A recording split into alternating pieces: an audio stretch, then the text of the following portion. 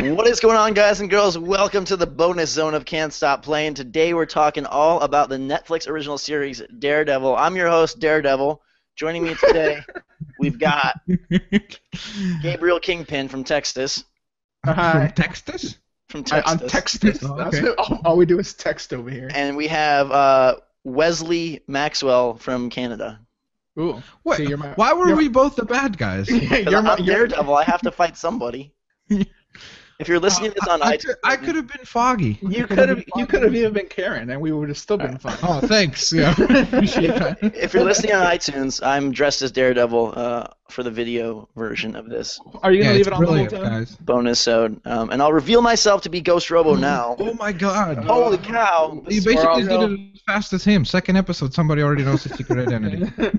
So today we're talking about episodes 1 through 4. There will be spoilers through episode 4, so if you haven't seen it, if you're worried about that, just let that be known. We won't go beyond episode 4, though, kind of chunking the season into its first third and kind of what seems to be the first major plot line where we get the villain reveal and where we get some goodies. Just in general, overall impressions, you guys as major comic book fans, what do we think? Well, the biggest criticism to get out of the way, I feel like his name shouldn't be the Man Without Fear. It should be the Man Without Bills, or the Man with No Bills, because I don't get how they pay for everything that they have, like their apartment, their office. They never have any clients. Okay, not to bring it into too much of a realistic world, but you gotta imagine that Matt Murdock is getting a monthly check for disability, right? Oh, probably. That's a good point. Yeah. So this is in America. Dude, his dad. And his dad left him money. It was probably like $30 million. Yeah, Oh, his yeah. dad, I gotta say, that was the worst couple parenting. thousand. The Yeah. worst parenting decision ever. My son needs money, but he doesn't need a father, so let's make this trade. Come on, man. And he didn't have the foresight to think, if I do this once, it'll give him, X lump sum, but if I'm alive, I could give him, X minus 10 lump sum, every single week.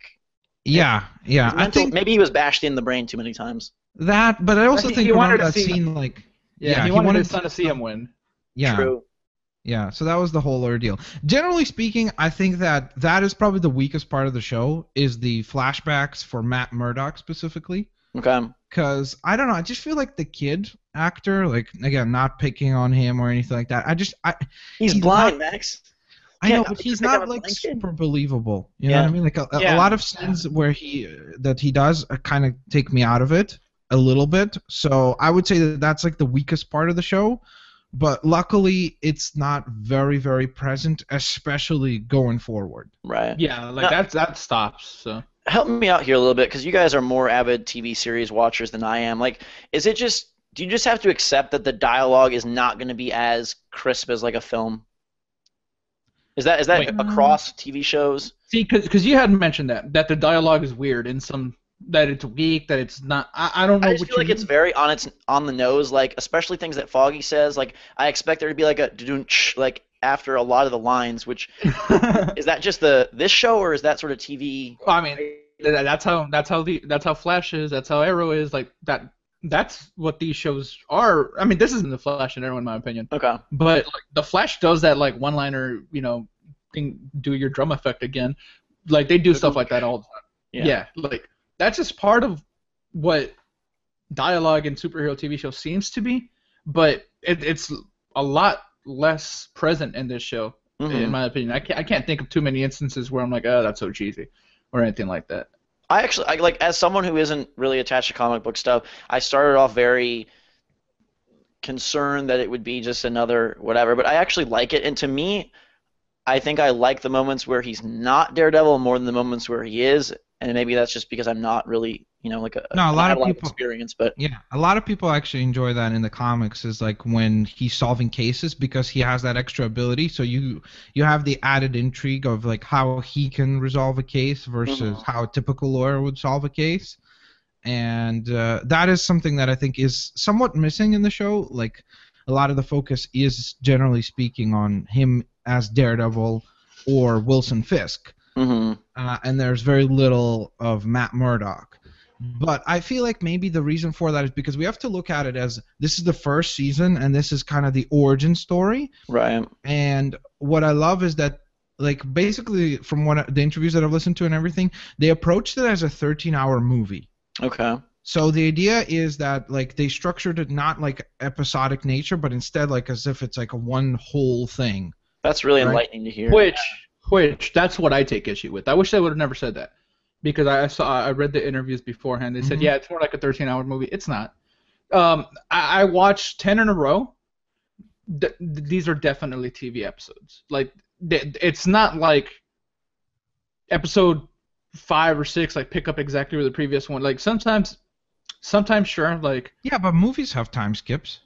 yeah, but this definitely just feels like it's structured to be a TV show. I think like it was like a cop out to say. I think the thing I that don't know, makes it most like a TV show is that you can kind of tie like a case to an episode. So it's like, what is he gonna solve this time, or what's the central? Maybe later on it gets more. Yeah, there's one overarching case. Yeah, I mean, it's throughout the whole show, and the whole point of the show is like, we're not spoiling the latter half, but the whole point of the show is Matt Murdock going from this first iteration of this vigilante to the final result of being what the name of the show is. Mm-hmm. So that's kind of the whole character growth, and I think that what I do like that, first of all, I really, really loved the fact that we get not just the origin story of him, but the origin story of Wilson Fisk. Mm-hmm. And I like that because I feel like the best kind of storylines are the ones where the villain is significant and where you can feel empathy and sympathy for the villains as much as you do for the heroes. And they do show you that. Like, they do show you some of the elements that kind of drive Wilson Fisk until he slams that guy's head in the car, and then he's the best part of the show. Like, I mean, not that I guess let's call him Daredevil, even though he's really not Daredevil throughout the show. Sure, he's great, but Wilson Fisk really just stole the show. The actor, he's like he comes from like plays and stuff. He's a play actor. He does like theater. So I know Zach already didn't, but Max, had you seen him in anything before? What's his name? Vince something. Dion'Orfeo or something. Yeah, his presence is so powerful. You see him, and right up until episode 4, like, yeah, he does something outrageous. But besides that one thing, his presence is just so menacing. No, in episode 1 through 4, you only see him in 4 in the date scene with the art gallery chick, and then with the car door craziness. That's right. In 3, you only hear him, right? Right. Yeah, and instead, like we can talk characters. My least favorite character, I think, in the show is the dude who's like the messenger boy for Fisk. What's his name? Is that Wesley?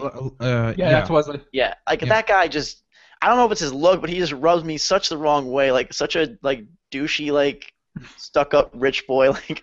But to be fair, that's a good thing. You're supposed to. Yeah, I just can't. His whole like look just irritates me so much. Yeah. Yeah. His whole thing is like basically he'll do whatever it takes to get the job done. Right. To the point that is necessary.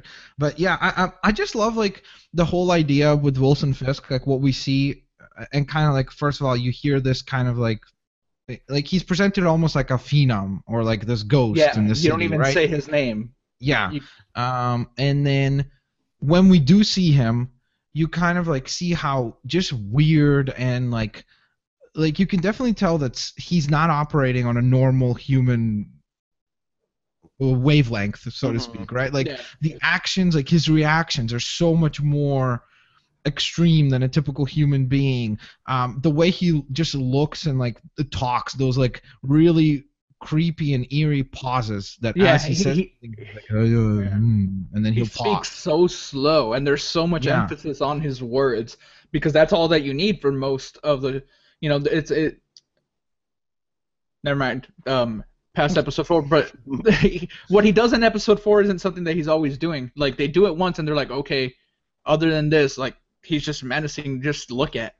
I wish he was a little bigger. To be honest, that's like my one thing. Because I think the problem is if he was bigger, it would be very unrealistic in fights. Because there would be no way that a guy that is bigger than that could present a challenge to somebody that is very athletic.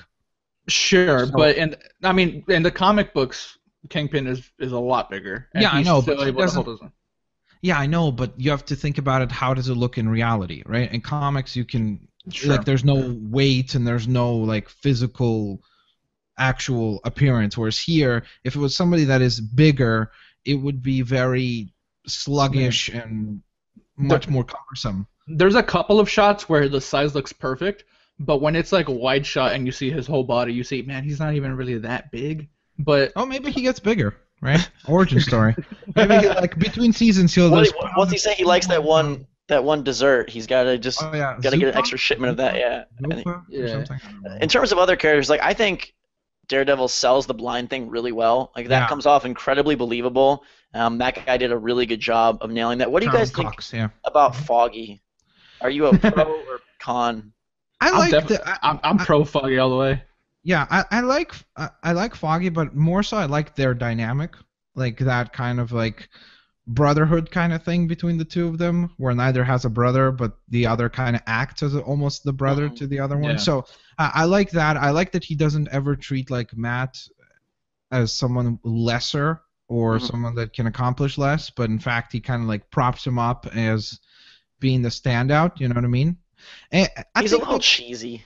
Yeah, but I think he does. It's on purpose. You need comic relief. His role, you know. Yeah, I think his role is to be a supporting character, and in many situations to be kind of that questioning morality kind of character. So I think he does what he's supposed to, and more importantly, he's well aware of everything that he is. Like he always says, like when he talks to Karen when she's staying in the office, like in episode 2, I think, and she continuously stays in the office, and he's like, hey, you should just go, I don't know, party poppers or whatever it is that you kids do this day. And she's like, you're my age. That's and so like cringeworthy. Yeah, like, I know, but he says that, then he follows it up with, yeah, but I'm unfashionable and awkward. Yeah. So it's like that's his personality, you know. There's like that moment where they're an awkward person who's like always will say something or do something, and you're like, oh, as long as you know that you are that way, then it's okay. Where Wesley comes to the office and like he keeps like Matt Murdock is like questioning. He keeps saying like my partner really means, or like what he's trying to say, and like some of those moments I'm just like I wish he was a little more serious, because Daredevil plays everything like so like straight face. Like, yeah, but I think the problem with that is that you have to remember, like, we are given the perspective of Daredevil. We're not given the perspective of Foggy, in terms of the fact that Daredevil senses right away that there's something off. True. You know what I mean? And I do like that. Yeah, he has all these extra layers that he can take into consideration, whereas Foggy's looking at it as, whoa, this guy walks in on the very first day that we're open, and we need clients, and we just walked away from a really high-paying job, and these guys are willing to give us a lot of money. That was my only inconsistency question. At the end of episode 3, they apparently cashed the check, right? Because Healy gets off, right? Are we to expect that check goes through? Because they said, well, I think they say it cash in 2. Karen says it cash in 2 seconds. Regardless, yeah, you're right. At the start of episode 4, it's Foggy and Matt talking about how they have no money and what are they going to do, and I thought they just cashed like this huge check. Yeah, I don't know. I guess. Yeah, that's a good question. Actually, I didn't even. Maybe they didn't cash the check because they lost it. I thought. No. Yeah. They must have cashed it because she said it cleared. Right. So when a check clears, well, just because a check clears doesn't mean you cash. The thing I was just confused about is in episode 4, Karen goes and wins an auction for $3,500, and I would assume, based on their reaction, that check would have been way more than $3,500. Yeah, I mean, again, we don't know, because it's like it could have been like 10 grand, and if you take out rent, paying Karen, paying Matt, paying the bus, it's like at the end of the day you're left with like $1,000, right? And I think what they said is the check would clear in 2 seconds, not that it did clear in 2 seconds. That's maybe I'm remembering wrong. Either way, it's semantics. What did we think about? I want to just talk about, because I don't want to forget. What did we think about the cinematography, and more specifically the fight scenes? Because I thought those were like incredibly well done. Like there's that one fight scene in the corridor and stuff. Yeah, that's the one everyone goes to. Yeah, but that was like on par with like The Raid, which is like considered to be one of the best action movies over the last decade at least. Yeah. And it was just so insanely well shot. Like, it was incredible. I also love the fact that he didn't stick to that further, like in the episodes after. But I really liked in the very first episode, if you remember when he was fighting the thugs at the docks, he always kept a hold of the guy, as if to like, kind of like make up for the fact that he's blind, so that he doesn't have to constantly judge the distance. He held him as he was punching him and hitting him with the combinations. He continued to hold on to him to kind of like, make up for that kind of like inability. Yeah, the fight scenes are like crazy well done, and they're brutal, man. Like even there's no killing. Like Daredevil's not out killing people. They're still very brutal. One of the things that I wish they did a little bit more with the fighting, I think it's that dock scene that you're talking about where they did it. He throws like something and it like bounces off one area and it hits the guy directly in the head. Like they didn't do that enough. Like I thought that was such a cool like. Really? I think that if they did that a lot more, people like typical people who don't have a comic book thing would just complain. And say that that's unrealistic, right?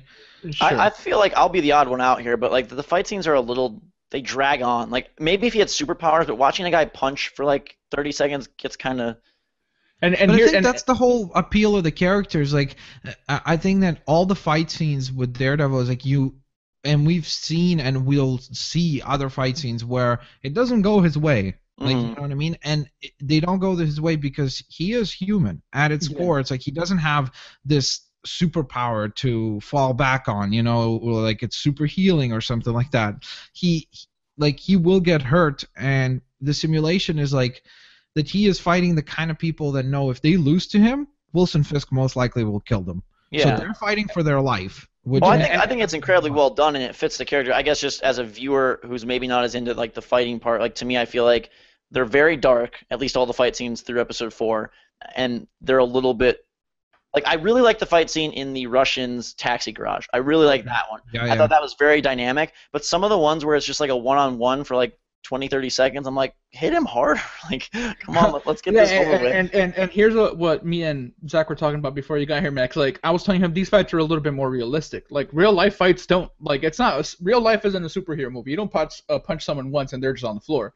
Like, fights take a while sometime, and these guys are, like, fighting for their life, like Max said. And so is, like, Daredevil. If he doesn't keep going, he's going to get killed. So they're doing all they can to stay alive. So that's why these fights last so long. And also, like, pain tolerance, much higher in real life than it is in movies. So they just make these more realistic. Really? He's tired. You think pain tolerance is higher in real life?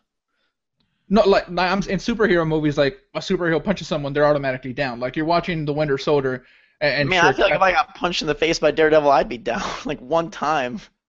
Whatever, that all depends. But like, but you're not like a trained killer. Yeah, So it's like how do you think about the violence? Like, because that's been something that's been discussed that it is. I think it's a character. Like it has to be there. It's part of the people who say that Daredevil could have been non-violent. I don't think so, because part of the reason why this character is so grounded and why you start to relate with this character and understand this character, especially a few episodes down the line, is because of the violence. It's because the violence creates like a stamp. But he doesn't ever really commit any of it. Like he's not the one doing the gory like the one that sticks out is when Healy the bowling alley murderer jams his like face through that spike on the fence. Yeah. There's that really stands out. There's like the part where that is probably the most gruesome thing that happens in the show. Okay. Well, and then that and the head hitting the head and knocking it off. Like Daredevil, sure, he's pretty vicious with his attacks, but he's never like Mortal Kombat fatalities like. Yeah. Well, I mean, he's not trying to kill anyone. I was like, holy crap. Yeah, I mean, to be fair, like sometimes when he's sitting on top of the guy and punching his skull in, like you can very easily kill someone like that. When he has no problem with putting people in comas. Yeah, he has no issue. People. Yeah, putting them I just mean like the actual like visual viciousness of seeing someone. But that's what I'm saying. It's because look, it makes you understand what kind of a city is like Hell's Kitchen. Mm-hmm. You know what I mean? Like it makes you understand that this place is not full of nice people, and that in this place the people that are the bad people, so to speak, are really, really bad, and they're willing to go to whatever lengths. They're willing to, like, when they're beating in the taxi thing, like when they're beating the heck out of Claire, right? Yeah, yeah. Like, they're willing to do whatever it takes. You know what I mean? It doesn't matter what it will take, but they will commit that action. So I think that it's a necessary evil to really portray just how dark and just why does he want to, like, fix this city. It's because of this stuff, because this is a common thing. It's common to see these absolutely gruesome, violent events transpire in the city. I do feel like they would send in, like, man, one person dies in modern American cities and they send in, like, special forces. You'd think after a while they'd be like, we have a serious problem in Hell's Kitchen. We need to send in some I mean, all right, to be fair, the Avengers just happened in New York. They make reference to it in the show. Oh, really? Like, yeah, that crazy stuff in New York. And keep in mind, also, I mean, we kind of, like, you weren't, like, harping on Hell's Kitchen, but to be fair, Hell's Kitchen is a wonderful place now. That's where Comic-Con happens every year, so it's fine. Daredevil saved. That's the end game. Yeah. Daredevil saved. Build Comic-Con to, like, pay respects to his comic book origins. Yeah, it's really good stuff, I think. How does the mystery? I mean, you guys know more than me because you've seen it, but right now the big intrigue, obviously, and I'm assuming throughout the season, is sort of the whole construction company conspiracy and how that meeting of the minds on top of the roof in episode 1 plays out, where you have the Chinese lady, the Japanese dude, the older white business guy, Nobu, Gao, the Russian guy, Karhovsky or something, and then Fisk. And Vladimir. Like, to me, that was, like, totally confusing. I mean, maybe are those characters from the comic books? I don't remember. I think I'm pretty sure that some of them are. I think the Russian guy is there is always a Russian gang, like in there is a Russian gang, but I think that I don't remember if it was the same name. Yeah. Honestly. I mean, either way, just like the allure of, like, okay, this Chinese lady's doing something weird with drugs or something, and then you've got the Japanese guy making his, like, blueprints. Oh, they showed the drugs, right? Like, they showed the little white powder. In that episode, you get a quick pan of blind people in a sweatshop. Okay, all right. So you do see. All right, so you do see them. All right, this isn't a spoiler. The little symbol on the drugs, that's a reference to Iron Fist. Okay. Yeah. So this is all starting to connect already for the Defenders. So do you feel like, I mean, without spoiling it, does all of this, like, intrigue and the thing that the journalists and Karen are working on, does that all come to a head by the end of the season? Awesome character. Ben Urich is I really like him a lot. Fantastic. He's so great. Like, that actor is just really He's got that voice too, like those I also quiet love, scenes in the diner. Like, his face has so many, like, wrinkles and everything. You can see, like, he's gone through so much. You know what I mean? Like, I don't know. It just shows, like, almost like history on his face. You know? Is there payoff though, like with the mystery stuff? Yes, the whole, that is the main case. That's kind of like where I said the whole 13-hour thing is, like, because that's the main driving force throughout the entire series, and that will be kind of the tying force to Fisk. So it's like Fisk is always attached to that. Because I disagree that's the main thing. Fisk is the main thing. This is a secondary main thing. Does it wrapped up? Do they tie it together? It gets wrapped up. It might not be to your satisfaction because it's not the main plot. It just made me think of, like, Life is Strange, where, like, you have all these epic things, and my big fear is that by episode 5 we're like, No. It will get tied up. Important. It'll get tied up, and it's still going to be important for other shows that Netflix is doing. Is there a confirmed season 2 of this, or no? Not yet. No, but after this we have Jessica Jones, and then Luke Cage in theory, and then Iron Fist, Defenders, and then more Daredevil. I'm sure we'll get Daredevil season 2 before we get hoping Defenders. that we get. I hope they just keep one it thing, Daredevil. Like, why do we need all these other guys? Well, because they're supposed to assemble, like, the group of people who's fighting the low-level crime. Like, not like, the Avengers take down, like, Loki and, like, big threats, whereas Daredevil fights a criminal. I just think Daredevil right now for me feels special because it's like, I know he is the best. I like what I told you. I think this is the best adaptation of where they took comic book material and brought it to, like, life, so to speak, right? Mm-hmm. This is the best transition, like, where they kept the most things from the book the most characteristics, the most personality, and brought it into the TV show. I've never cared about Daredevil as much as I do now. Like he has shot up on my list of characters that I care about, and I think it's because us as humans, we can relate to him much more than relating to Thor, or Hulk, because they're still very imaginary and fantastical and fictional, whereas this, yes, of course, he does have the super senses and everything like that, but he's still a human, and he's fighting very low-level, like, criminals and just, And I guess that's why I'm saying, like, if they keep, like, in the same way that Telltale has kind of lowered the value of each one, if they do a bunch of series, I don't know. I would rather just be, like, super excited for Daredevil Season 2 rather than we've got more people low-level fighting crime. Well, here's the thing. An Iron Fist series is going to be a lot different than Daredevil. I know, but just in general, it's like how much of this can you absorb and take?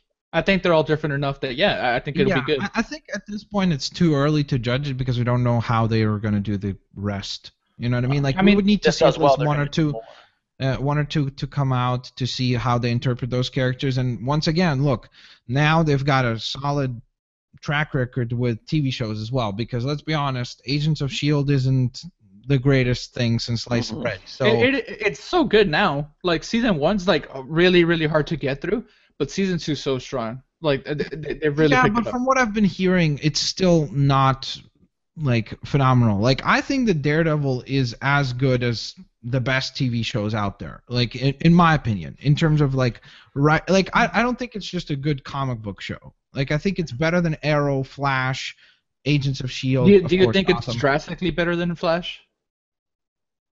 You see, the problem is like that it's very different tone. So like maybe and the budget's also very different. Yeah. But I do think that, generally speaking, I think that in The Flash, the character of Barry Allen oftentimes is a lot more kind of convenient for plot. Like he's kind of like, oh, I'm silly, or I don't understand what just happened here. Like he's like, it's just for convenience sake. And when they do something serious, they kind of backtrack on it quickly. If you know what I'm saying. Yeah, I do. Yeah. So it just feels to me like in this show there's impact. There's significant characters that pass away, and it makes a big difference, like because there's real kind of consequences. Yeah, that's what I was going to say. There's I want a season 2 of this before I get a Luke Cage show, because I want to know. Man, there's so many small things that we can't talk about here, but there's a lot of very small like hints, like hey, like I don't even Zach wouldn't even pick up on them because he doesn't really know what's gonna happen. But all right, let's get away from this before I say anything spoilery. But there's some very cool stuff. I just think like, okay, did either of you watch Lost? Yeah. Okay, so imagine if after season 1 of Lost, they're like, well, now there's a different island, and then there's a different island, like just the continuity of one character. I, as somebody who doesn't typically like the comic book movies as much as you guys, found this much more entertaining and also alluring, like to see the next bit, because it is more grounded. It almost felt like the Batman movies in a sense, because you have so much more. Yeah, like, I mean, Daredevil is mundane realism in it than you're gonna get in Thor. Yeah, and sometimes he even reminds me of Batman when he's got like a guy pinned. He's like, "Tell me their name." I'm like, "It's Christian Bale." To be fair, I mean, he's very similar in that regard, like where it's it's just a guy that is going out there and doing this. But of course, Batman still never pushed, I think, to these dark themes. You know what I mean? And I think that even in Batman, like when we see a lot of times like the drug dealers and everything, we just see like, oh, they're drug dealers, so they're bad guys, Whereas here we see their culture and we see how violent they are, and we see like all of these other aspects that make us like be like, wow, those guys really are bad. But then what the show does incredibly well is it'll do a flashback, it'll do some sort of cutback that shows you how did this person, like what made this person, what event in this person's life made them choose this path. I think that's really smart. Like even the short bit in episode I think it's 4 with the Russians, where they show that they were in prison and they like ripped out this guy's rib cage and how they got out. Like that's a very clever way to fill in the backstory without being like these guys grew up in a Russian prison and just stating it explicitly. Yeah. And the show doesn't have like the epic scope of like a Batman movie, but it still goes so many places. Like you're saying, it covers so many characters and so many different areas. Even if the shots may not be as dynamic as like swooping Gotham City shots, it still gets around. It's not like you're just limited to the office and his apartment or something like that. Max, you may disagree with me here. I think the show would be better if it was 10 episodes instead of 13. Like, I wish that there's a couple of episodes that could have easily just taken off, or maybe do away with some of the flashback stuff and condense it all to 10. I think 10 would have been a perfect number for this. Flashbacks, I wouldn't condense, because I think they're some of the most interesting stuff, like in terms of like why, because you don't realize it. Like I feel like it's like a subconscious thing, but like as you continue to go through the show, you start understanding these characters thanks to the flashbacks. Like they make you believe the characters. I'll say this because this isn't a spoiler if no one's even heard this word. The stick episode, I could have done without that completely. I think that was like almost like a kind of a nod, a tip of the hat to comic book fans. Yeah, I got it. It's just, but I also think that episode is still, it has significance in developing like the character of Daredevil in terms of like how there's like there's a lot of themes about kind of like coaching and like having a mentor and stuff in the show, and then the idea is that like how he still did not follow his mentor. But nonetheless, I think that's like other episodes. So if we do talk about them, we could do that later. Did you guys think the character of Karen was particularly good? Especially like I guess in the first 4 episodes. Yeah, I don't even want to talk about Karen because I think she's the weakest character of the. And the most interesting part about her doesn't happen till way later. So like right now she's there for what she's there to be funny with Foggy. I mean, I don't know if it changes. I think Claire is interesting, but her screen time is like insanely limited. Karen, not Claire. No, I know, but I'm just saying the other main female character, like her. And I read something about like they didn't know if it was like a money issue or a scheduling issue or what. She's going to be the connecting factor between the Defenders. She's going to be in the other shows as well. Oh, weird. Yeah, so she's going to act like basically like she will be patching up other characters as well, not just him. Yeah. The interesting thing about her is that like, and generally speaking with the show, I was rewatching episode 2 last night, and that's the first time we're introduced to her. Mm-hmm. But I don't know why, when I watched the whole show, it felt like she was introduced way later. So she's early. Yeah, I know, but it's interesting how like the timing of the show, somehow like the way they present everything, it feels for some reason that she's a character that introduced way later in the show, but she's like episode 2. There's already someone that finds out his secret identity. Yeah. Are either of them, and this is going to be a spoiler, either of them supposed to be like placed as love interests at all, or Karen or Claire? They kind of explore it. They more than explore it. They straight up do it for a little while. And, like they do it for like a whole episode, and they're like, never mind, we're not doing this. But yeah, they fully do it. Yeah, I mean it's definitely touched upon, but ultimately.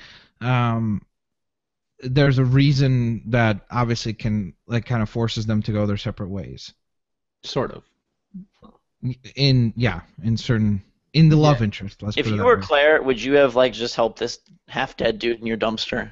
What? I know that's the one thing. Is like some people have said that like, oh, that was so like, why would she do that? But she does explain it in certain regard, right? Like because she says, I work in the hospital and they've been bringing in these bad guys. Yeah, I did think that was a good way to kind of tie that. So it's like they kind of explain it like, listen, we're aware of the fact that a typical person wouldn't do this, but she lives in a neighborhood where he has saved people before and he has been fighting up against this corruption. And I think the whole point of the show is how these characters from very different elements of the city are good people, and it shows you how they kind of attract to each other for a good cause. You know what I mean? With Daredevil being at the center, and then in a certain regard, Matt Murdock is there, Foggy's there, Karen gets attached, Claire, Ben Urich, and they kind of assemble this cast of people that want to see change in the city. So in a similar way, how the bad guys also get attracted together, right? So I think they do a good job with that, like to explain that these characters are just attached by the fact that they have the same kind of moral compass and they believe in the same kind of things. So for the most part, because even though some of them are on the same lane, like yes, this is the right thing, they have a different way of going about it. yes, which is also super interesting. But yeah, I mean, if we do the other episodes, we can get into that stuff. Man, I thought. Go ahead, Gabe. I was gonna ask Max. Do you think we see like Foggy like pop up like with Jessica Jones, like maybe a quick cameo, like not even a cameo, but like an episode or two, or even Karen? Maybe. I wouldn't be surprised if that's what happens. I think that obviously Claire is gonna be there, especially Claire for sure. She has to. Yeah, she's gonna be there for sure. So I think that it's going to be interesting. I think it's going to be the same kind of thing that, like, when we look out for and we look forward to in the Marvel movies, the crossovers and the cross appeal. But here they can do it much more and much more often because it's minor characters and they can take that kind of, like, you can't have the Iron Man 4 and all of a sudden halfway through Captain America shows up. They're not going to do that. They would advertise Captain America as a part of it. But I don't know why, but yes, you can. You can do it. Like episode 7 of Daredevil, he meets Luke Cage. To me, that just like so dilutes everything, though. Like you're just exploiting the fans at that point. Like, oh my God, crossover at every turn. But if it's an interesting character, I think that the issue is like if it becomes like, hey, let's just do it for the sake of doing it, then it's a problem. Yeah, Marvel never does like that. You see, yeah, they didn't do it like with this whole season. It establishes all the characters to matter and have importance in this world. Like all the characters that are surrounded, the main cast, the ensemble crew of Daredevil, you care about going out of the show. If they do the same thing with season 1 of Jessica Jones, Luke Cage, and at then that point it's like you video game allow them to cross over. Annualization of like, okay, Daredevil was special, but not anymore because now we get 6 shows a year that all are in the same universe. But those characters, those characters are not going to have nearly the same motivations. But if it's still being put together by the same like qualities. production house, then you're going to have similarities inevitably. Different showrunner, completely. Jessica Jones is a completely different character. She's like a retired superhero. Like these characters are all drastically different. I know, but it's still like you're getting all these Netflix original superhero shows when. I don't know. To me, that makes me incredibly disappointed. But what if you're only the only one that's like? What if you're only getting 2 a year though? Because they're spaced out. Well, not even that. What if they're all incredibly well written, acted, and shot? Yeah. Like, what if they're good shows? You know what I mean? Because I think right now it's all speculation. Yeah, like, I guess it could be that all of them end up sucking. No, I'm not even saying if they're great, that's fine. It's just like even The Last of Us. If there was like a Last of Us universe game twice a year, I would at a certain point just be like. But that's the problem. You see, I know, but this is the problem. I feel like there's a weird thing where people call comic book movies, it's a genre. It's not a genre. It's just those are the characters where they're taken from. Like, why don't we call Hunger Games and Divergent and Harry Potter book movies? Because they don't tie together. That's the issue. So it's a bad thing that they tie together now? But they don't come from I one think universe, so. Right? You think it's a bad thing that these movies tie together?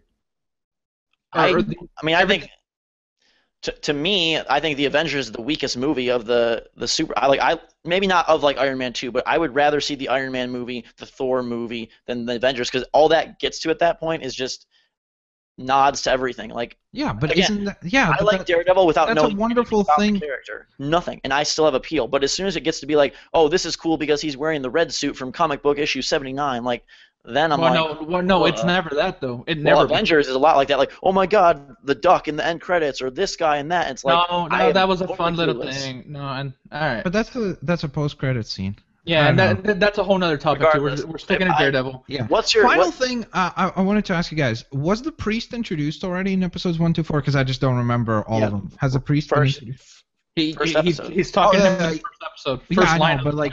Yeah, sorry, I forgot. Yeah, it opens up with him with a confession, yeah. Yeah, but the priest is in the show. That's not he is an awesome character. I think he is, like, it's really, I love the themes of religion in here as well, because it's really cool how you have a character who's a Catholic and does all these things that are counter to his religion, and how they work around that and how they explore that. And there's an upcoming episode where they define what the devil is. Yeah. In this world, and it's really, really cool. So I don't know. I just wanted to give a shout out to the priest because I think he's an awesome character. I like how he's he almost acts kind of like the father figure at this point to Matt, where he goes to him for like these serious advice. So Yeah. I don't know. I really, Specifically really like on his character. episode like 1 through 4, I thought 3 and 4 to me were far stronger than 1 and 2 because they already had the show running. And it was much more captivating at that point where I wanted to hear every line and know what was going on. 1 and 2, again, like you got so much introduction with no real like that meeting on the roof. It meant nothing because you had no clue who any of these characters were. But I feel like episode 3 and 4 they start really establishing Matt, Claire, Karen, even how do you pronounce the reporter's last name? Ben Urich. Urich. I want to say like Udrich, but that's like a freaking Lord of the Rings thing. But like those episodes, they kind of fly through because it's very focused and it gets better. They're like it's just every episode. But I think that they're always aware of what they do, that's the wonderful thing, is because they were able to plan ahead. No, we have 13 episodes and we have this bad story to tell. Like even when we're introduced to Wilson Fisk along with his gang of bad guys, right? Mm-hmm. Like on that rooftop, all that does is it shows you that the threat is much bigger than just Fisk. At this point in the show, it's not just Fisk. It's these other 3 personalities that are impacting the things that are going on in the city. And then the show goes on to explore who they are and stuff. Who they are, why they're significant specifically to Fisk, and we kind of see all of that play out throughout the show. So they do a very good job of emphasizing that, yes, there are these guys. It's not just Fisk, but as it dwindles down the focus, it's like a funneling process. That's cool to me because I'm probably a weirdo, but like the moments where like Daredevil is trying to like really feel out who's lying or who's telling the truth, or where things get kind of down and dirty, serious. Like I love that much more than goofy times at the office talking about fax machines or whatever. Do you guys have a favorite moment from the first 4 episodes? I like the head being crushed because it shows Wilson Fisk. It shows his brutality, like so. Yeah, that was a cool profound. Well, I almost like that conversation before, like when they're riding in the SUV. I meant that whole thing.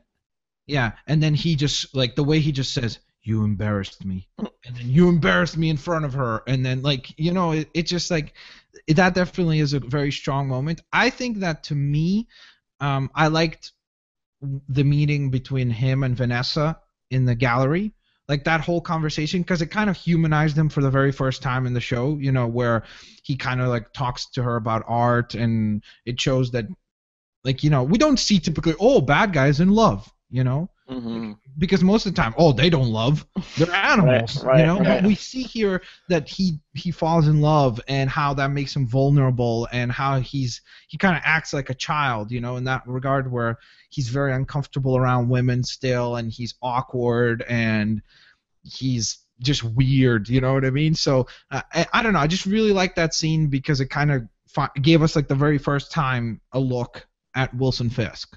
Yeah. What about you, Zach? For me, it was how Daredevil Matthew Murdock, how he sort of identified Wesley by his watch, because it really kind of got into the headspace of like, if you didn't have sight, like how would you sort of distinguish between people? And also he has enhanced senses or whatever, and it reminded me of like listen mode from Last of Us, where you're like seeing the clickers through the walls, and I was like, he knows he's there because of his watch, and like I just thought that was such a cool, unique thing that would only really apply to like a guy who's blind and has spent his life trying to tune into his other senses. Overall, again, very, very, very, very solid start. If people want us to talk about the other episodes, if you end up watching them after this, of course, if you guys enjoy it, don't forget to rate it here on iTunes, and then if you're listening to it, then check it out on video form and vice versa. You can see my epic Daredevil costume. And guys, if you want us to review the rest of it, for those of you that know what happens in the last episode, Zach might need to get a new costume. That's all I'm saying, right?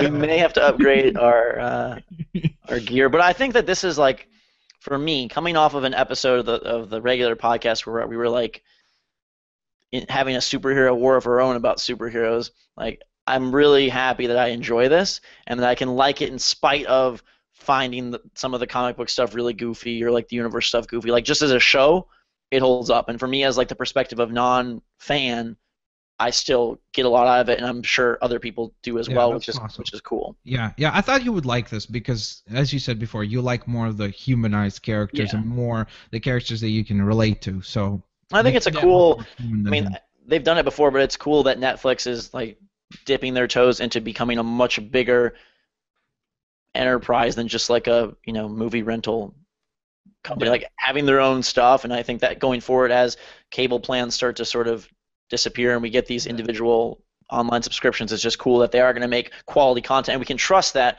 just because they're not Warner Brothers or 20th Century, like they can do some good stuff and people will enjoy it. This has me like really excited for Jessica Jones. That one is coming out this year. They've said that.